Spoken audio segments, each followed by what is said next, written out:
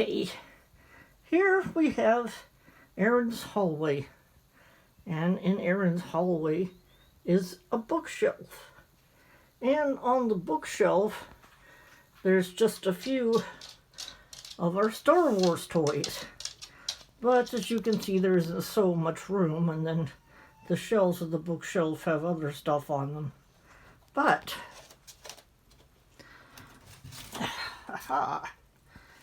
here is a big piece of cardboard. Actually, it's a whole box worth of cardboard.